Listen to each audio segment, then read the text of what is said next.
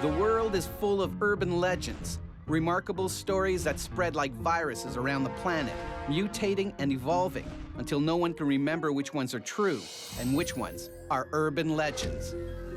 In this episode called The Terrible Truth, you'll see 3 stories about ugly discoveries that turn lives upside down.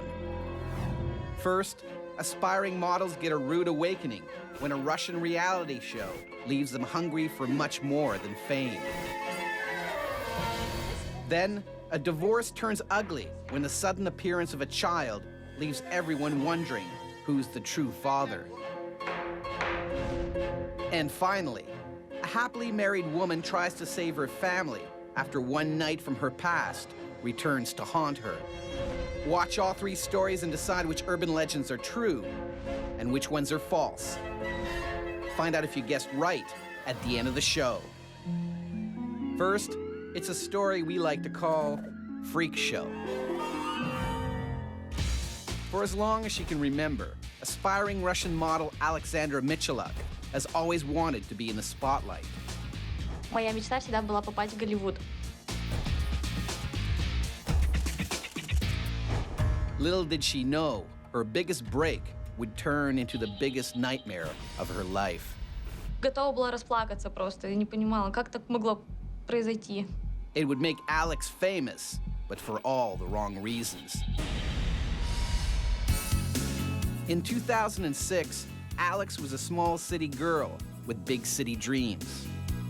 Люблю просматривать различные веб-сайты модельных агентств. That's where she spots an ad for a new reality show. Could this be her big break? Нажмите на ссылку, там появилась огромный особняк. Я хочу туда попасть. The show is called Fame House. It has a familiar premise. Contestants are stuck in a house and pitted against each other in challenges. И последний участник, который остается, выиграет все задания. Он получает огромный приз. Alex submits her photos and contact information. She's amazed when the next day she gets a spot on the show. Я была настолько рада. В моей голове сразу эти картинки всплыли.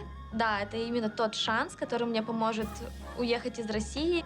She's given an address and told to show up a week later. Finally, the big day arrives, but something isn't right. Первое впечатление у меня было, что, может быть, я ошиблась адресом. То, что я не туда приехала. Inside it only gets worse. Просто все упало во мне, потому что я поняла, что это совсем не тот дом, о котором я мечтала и который я видела на веб-сайте. Maybe this is all part of the game. Alex searches for clues. Какие-то вещи лежали. Но я сначала подумала, что это вещи других участников проекта. But no one is around. Has Alex made a terrible mistake?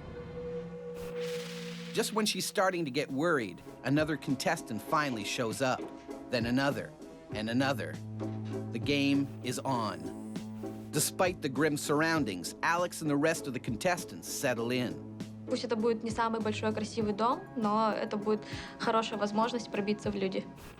For the first 24 hours, nothing happens. В принципе, никто ничем особым и не занимался. The girls realize that life on TV isn't all it's cracked up to be. Thankfully, on the second day, the girls discover something to break the monotony, a box with daily challenges. Были такие дурацкие задания, как, например, кто дольше пропрыгает на скакалке. Alex wins, but to her surprise, there's no reward, and no one is eliminated. No one can figure out what is going on. И у меня какие-то мысли начали появляться, то, что я не вижу никакого соперничества, в принципе. То есть мы только выполняли вот эти глупые задания, и все. And the dumb challenges are soon overshadowed by a bigger problem. With no eliminations, the house is fast running out of food. И атмосфера начала так накаляться. By the 13th day, the last of the food has been eaten, and they are stuck in the middle of nowhere with no stores or restaurants. Такое было ощущение, что про нас вообще все забыли. They try to order in food, but no one can get a signal. What is happening? Have the contestants been forgotten? Has the show been canceled? Or is this all part of the game? Я думаю, что многие хотели покинуть этот проект, но тем не менее, я думаю, что все оставались по одной причине, то, что все хотели получить приз. Finally, it becomes too much. One of the contestants, Christina Haggy, decides to leave. Когда ушла Кристина с проекта, честно говоря, я немного завидовала. Но потом я посидела, подумала, как бы если я уже прошла через все это, может быть, в этом весь смысл и заключался. Alex is sure this is all part of the game. With Christina gone, she's one step closer to the prize. But just one day later, Alex and the other contestants get the shock of their lives. Когда приехала полиция, я испугалась. Я просто была ошарашена, когда мне все это рассказали. For the famed obsessed teenagers, it's the worst possible news. There never was a reality show. The girls were never going to be on TV. Я просто не могла поверить, что такое могло случиться со мной. But if there was never a reality show, who is watching on the other end? Организовали обычные школьники. Tech-savvy teenagers had wired an abandoned building and pulled off this elaborate prank. Понимала то, что все, конец всем моим мечтам. There's no telling how long the prank would have gone on if Christina hadn't left the show and gone to the police. The Russian media has a field day. It's the final insult in the most embarrassing experience of Aleksandra's life. Не знаю, этот просто мне такой след в душе оставил, то, что я теперь не верю ничему, что происходит. Contestants flock to a reality show that promises money and fame, not realizing the only viewers are a handful of pimple-faced boys playing a cruel prank. But did it happen? You'll have to wait to the end of the show to find out. Mini-myth number 1004. Surprise. Despite being married, Sacramento, California resident Stephen Allen hit on every co-worker he could without much luck. But one day, around his birthday, his flirtations finally came to fruition when the secretary invited him over. Once there, she told him she just had to take care of something in the kitchen. Stephen got ready for her return by stripping and laying provocatively on the couch. When the door flew open, Steve was shocked to find the secretary joined by his entire family, who'd gathered to throw him a surprise party. But was it true or fake? It was fake. Although popular since the 1960s, there has been evidence of this foolish faux pas actually happening. Urban legends, we show you 3 incredible stories. You must decide which ones are true and which ones are urban legends. So far, you've seen the story of the Russian models that spent 3 weeks competing in a reality show that doesn't really exist. But is it real or fake? We'll let you know at the end of the show. Now it's time for our next story. It's called Oh Baby. Shelly Barraras always thought she was a good judge of character until she met a man named Steve. I've always thought this story was just so unbelievable. She'd soon wonder how her Prince Charming ended up entangling her in the worst ordeal of her life. Everything seemed hopeful when Steve entered Shelly's life in 1999. Though excited to focus on his new romance, he's not quite finished with his ex-wife, Viola. They both filed for divorce, and so when we went to court, we thought that was the end of it. But no sooner is the divorce finalized than Viola makes a shocking announcement. She came out of the courtroom and said, well, I'm pregnant. And Steve was the father. It's impossible. I should have turned around and run then. I haven't seen her. Has Steve been sleeping with Viola behind Shelly's back? Honestly, I didn't even know what to think. He denies having anything to do with Viola and claims he couldn't be the father anyway. He told me he'd had a vasectomy and retested. There was a 0% chance that Steve could be the father. Shelly decides to give him the benefit of the doubt. Viola gives birth to a girl, and the courts demand a paternity test to determine whether Steve will have to start paying child support. We just assumed it would all be okay. But as it turns out, things are far from all right. The DNA evidence seems quite conclusive. The result of the paternity test was that Steve was the father. So they ordered Steve to start paying child support. It was devastating. Steven swears he's not the father, but tells Shelly he's too tired to fight anymore. Shelly believes him. So I said it's time for me to step up and fight the good fight. Shelly pushes for a second DNA test, but it backfires. The second DNA test came back the same, that she was the mother and Steve was the father. So the court ordered even more child support. They have no choice but to pay. And it got to a point where he was paying over $1,000 a month for child support and spousal support. I knew in my heart that it wasn't true, but how do you fight a DNA test? As the bills add up, Shelly struggles to find some way to fight back. Shelly develops a theory that Viola had somehow had the DNA test tampered with. It takes years, but she finally finds a lawyer who thinks he knows how to break the case. And we ask for one simple thing: produce the child. You should examine.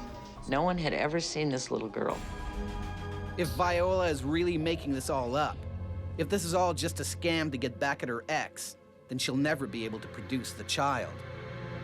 Based upon our motion that we filed with the court, a supervised DNA test, the court ordered the child be produced on Monday. The court date arrives. Viola shows up to court, and to Shelly's horror, she's not alone. When Viola arrived at court with the child, honestly, I didn't even know what to think. After 2 positive DNA tests, and now this, Shelly knows it's all over. But that's when the unbelievable happens.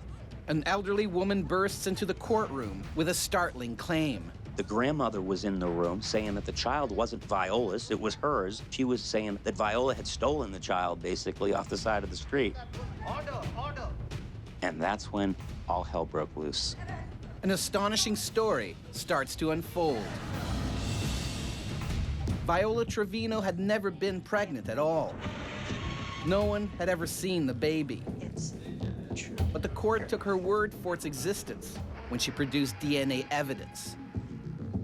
Viola Trevino was driving around and she saw a grandmother with a young child. She offered them $50 and candy and a trip to meet Santa Claus. So they went with her. But eventually, the grandmother realized something fishy was going on. I have never seen anyone that is more cunning, more manipulative, and more deceitful than Viola Trevino. Shelly's theory about Viola had been correct. The DNA had been messed with. She had conspired with the DNA lab technician. There was no baby. Viola was never pregnant. This is the immaculate deception. Case dismissed. It's been a traumatic 5 years for Steve and Shelly, but at last, Viola's game is up. I thought I was living in a fantasy land or something. It was crazy. A man is saddled with tens of thousands of dollars of support for a child he's never seen, only to discover that his ex-wife had been conning him all along. But did it really happen? You'll have to wait until the end of the show to find out. Mini-myth number 4011. Heaven Sent Delivery. A special delivery forced New York postal worker Lisa Harrell far away from her regular route. While waiting for someone to sign for the package, she received an unexpected delivery herself. A 1-year-old baby fell from the heavens, well, a second-floor window, and landed straight into her arms. If she'd been on a regular route, no one would have been there to catch her and deliver her straight back to her shocked mom. Was it true or false? It was true. The baby survived without a scratch and no charges were laid.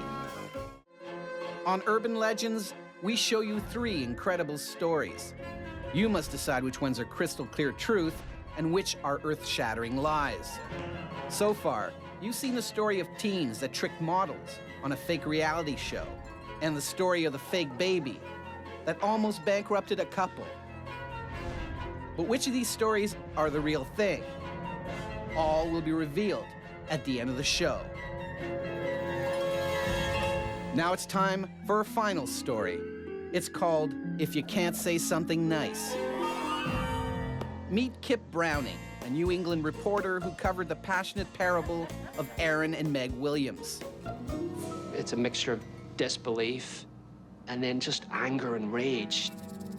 All of it stemming from one wayward piece of mail. Aaron and Meg Williams were married in 1987, but by the mid-90s, their relationship had started to fall apart. His wife was maybe a little bit more mature, maybe more grown up. He was behaving more like someone who wasn't married yet. On January 27, 1995, their problems come to a head. This was a real bone of contention. He liked poker with his pals. That was something he wasn't going to give up. While Aaron has a great time with his buddies, he's ignorant of the terrible gamble he's made. The kids were sick, and Meg was expecting her husband to come and help, but he didn't. He chooses his buddies and poker night over his family. She can't believe he can be so selfish, and this is not the first time that this has happened. So he stayed out all night, drinking with his friends, and he didn't end up coming back till the morning. You can imagine the scene. He stumbles in drunk. After years of putting up with her inattentive husband, Meg's had enough. They have this massive fight, and she just blows up at him. She jumped in the train, took her kids, headed to Massachusetts to be with her mom. Meg can barely hide her rage and despair. She decides she's going to write a letter, and she's going to just vent. She doesn't care at this point. She just writes it. But in the heat of the moment, Meg confesses way more than she should. When she gets there, she mails the letter. She has no second thoughts. Her life's going to be over, but she doesn't care. Later that night at her mom's, Meg starts to regret sending the letter. She's not ready for her marriage to be over. Then she realizes she's made a mistake. She needs to do something to make sure that her husband doesn't get this letter. She thinks maybe I can get back before that letter arrives. She gets her kids up at 5. She gets back on the train, goes back to Rhode Island, and goes back to her house. Despite her desperate dash, it appears that Meg's too late. The mailman is already there. She walks in to see Aaron opening the letter, the one that's going to end her marriage. But guess what? It's not the letter. It's a different letter. She's overcome with relief and elation. You know what? She apologizes to him, and he apologizes to her. Meg and Aaron decide to make a commitment to their marriage. But for it to work, Meg has to ensure that her husband never receives the letter. She stocks the mailbox every day for the next few days, but this letter just doesn't arrive. 2 months go by, and she realizes it's clear that this letter is lost. The more time passes, the better things get. It's almost as if this letter not showing up had this miraculous result of making their relationship better. 12 years go by, and the Williams are planning on seeing out their days together. But on one particular October afternoon, fate has a different plan. Aaron looks at the mail and sees this beaten-up letter and recognizes his wife's handwriting, but it's from 1995, and the address is their old address from their previous house. It's been forwarded to their new address. So he opens the letter, and he can't believe what he's reading, because this is the letter that she wrote 12 years ago in a rage. Convinced that she had nothing to lose, Meg had used the letter to reveal some shocking confessions. But what could be so bad that she'd gone to such lengths to intercept it? Guess what? The youngest child isn't even Aaron's. She's had an affair with Aaron's friend that's his friend's kid. He confronts his wife, and she confesses that it's everything in the letter is true. After 12 years, this letter has come back to haunt her. No one will ever know what happened to the letter for those 12 years, but the Williams will never forget the day it decided to show up.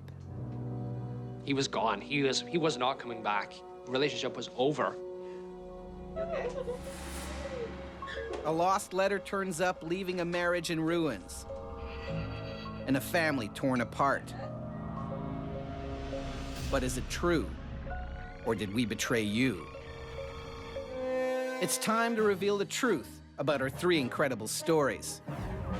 First up, it's the tale of the Russian reality show that was all just an elaborate prank. But is it fact or fiction?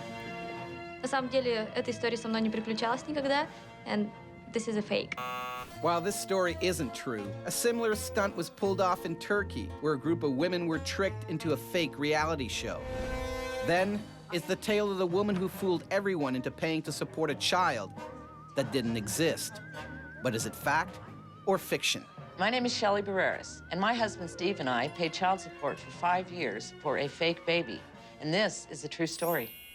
Steve and Shelly won a healthy settlement from the company responsible for the botched tests that allowed this crime to go on for so long. Finally, it's the tale of a letter that shows up 15 years late and destroys a happy marriage. But is it fact or fiction? I am a real reporter, but this story is fake. Lost letters are popular in TV and books, but in real life, letters rarely get lost. That's the end of our episode called The Terrible Truth. Did you get caught off guard by the lies, or did you perfectly predict the truth? Don't worry if you couldn't. You'll get another chance to separate fact from fiction in the next installment of